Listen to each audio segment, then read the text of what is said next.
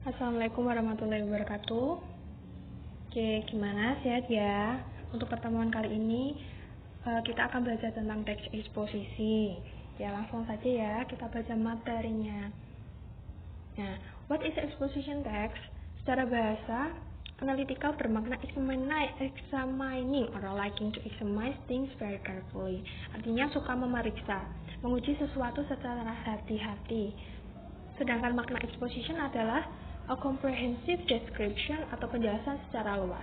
Dengan demikian, pengertian analytical exposition bisa dipahami sebagai teks yang mencoba memberikan penjelasan secara komprehensif tentang suatu masalah dengan menampilkan pendapat-pendapat pendukung secara hati-hati. Nah, ini fungsi sosialnya itu untuk meyakinkan pembaca bahwa topik yang dihadirkan, yang kita bawa itu adalah topik yang penting untuk dibahas. Analytical exposition. Nah, social functionnya itu apa? Nah, ini tadi ya, untuk meyakinkan pembaca bahwa topik yang dihadirkan adalah topik yang penting untuk dibahas. Di sini jenis strukturnya itu ada 3. Yang pertama itu thesis, argumentation, dan yang terakhir itu conclusion.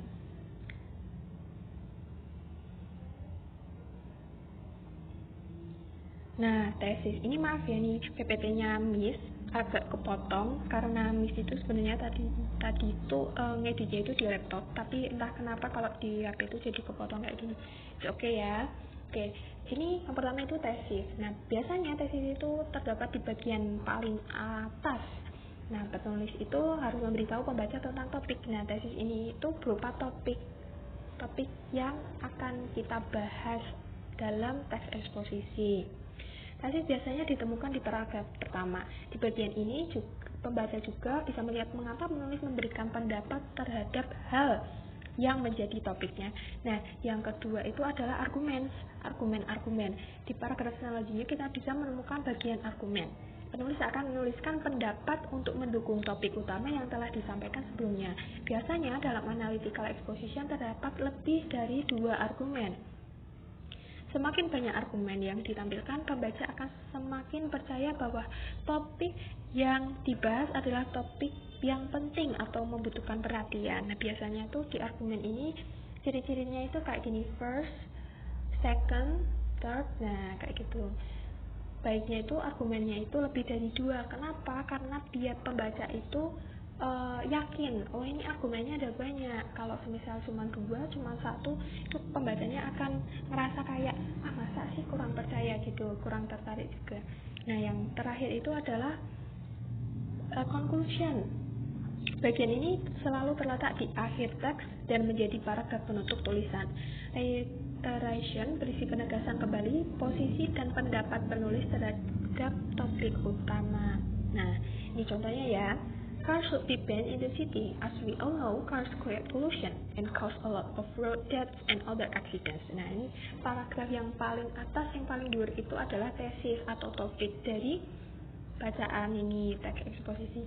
Nah, firstly, cars bla bla bla bla. Secondly, the city is very busy. Thirdly, cars are very noisy. Itu merupakan argumen. Jadi argumen-argumen yang kita bikin untuk mendukung topik yang kita bahas.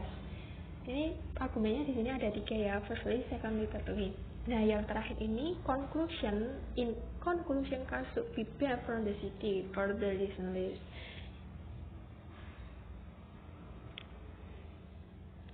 The language feature. Kaidah kebahasan teks analytical eksposisi ada 3. Yang pertama itu penulisan analytical eksposisi teks menggunakan simple present tense. Mengapa? Karena teks eksposisi merupakan teks yang menyampaikan pendapat yang bersifat umum dan merupakan fakta. Nah, salah satu ciri dari simple present tense itu dia itu menceritakan fakta atau hal-hal yang bersifat umum. Biasanya itu bentuknya itu verb 1. Yang kedua adalah menggunakan thinking verb atau kata-kata yang mengekspresikan pikiran atau perasaan penulis. Contohnya experience, feel, know, realize, sense, think, dan lain sebagainya.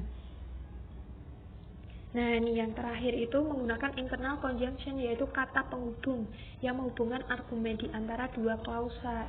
Internal conjunction dapat dibagi menjadi 4 kategori. Yang pertama adalah penambahan. Contohnya besides, in addition, further. Yang kedua adalah perbandingan seperti but, vice versa, meanwhile, on the other hand. Dan yang ketiga itu waktu, misalnya kata second, then, third, last, dan lain sebagainya. Yang keempat itu akibat, contohnya itu seperti consequence, as a result, so the result. Nah, ya, ini contoh lagi. Perhatikan penggunaan simple present tense, thinking verb, dan internal conjunction sebagai ciri khas dari teks eksposisi analitik. Nah, ini yang diwarnain sama yang dicetak tebal itu merupakan contoh-contoh simple present tense, thinking verb, dan internal conjunction. Di sini kalau dilihat verbnya verb satu semua ya, karena ini itu menceritakan tentang fakta, hal yang umum. I strongly believe that mobile phones are necessary.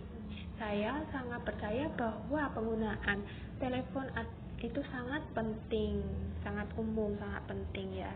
Nah, believe di sini itu dicetak merah, dan to begin with, for instance, itu dicetak hitam tebal ya. Oke. Perhatikan unsur kebahasaan teks di samping. Perhatikan bahwa hampir seluruh kalimat dalam teks adalah dalam bentuk simple present tense ya. Oke, benar. Kata kerja atau verbnya itu satu, betul. Kata yang ditebalkan, to begin with, for instance, my other main reason, whether, dan in conclusion, itu merupakan kata sambung atau conjunction yang umumnya digunakan untuk menghubungkan argumen di antara dua klausa. Nah, sementara kata believe adalah contoh thinking verb yang mengekspresikan pikiran atau perasaan penulis. Nah, jadi believe yang dicetak merah itu adalah bentuk ekspresi dari penulisnya. Nah, nih yang terakhir itu the steps to compose an analytical exposition text. Nah, ini ada 6 langkah untuk menyusun teks eksposisi analitik. Yang pertama itu menentukan topik, yang kedua menentukan tujuan atau fungsi sosial, yang ketiga memilih data, keempat membuat kerangka karangan, kelima mengembangkan kerangka karangan, keenam membaca ulang ya. Oke, gampang kan teks eksposisi ya. Nah, sekarang adalah praktis atau latihan. Di sini Mi sudah menyiapkan teks tentang agrikultur, environment, tentang pestisida ya, pestisida untuk hama.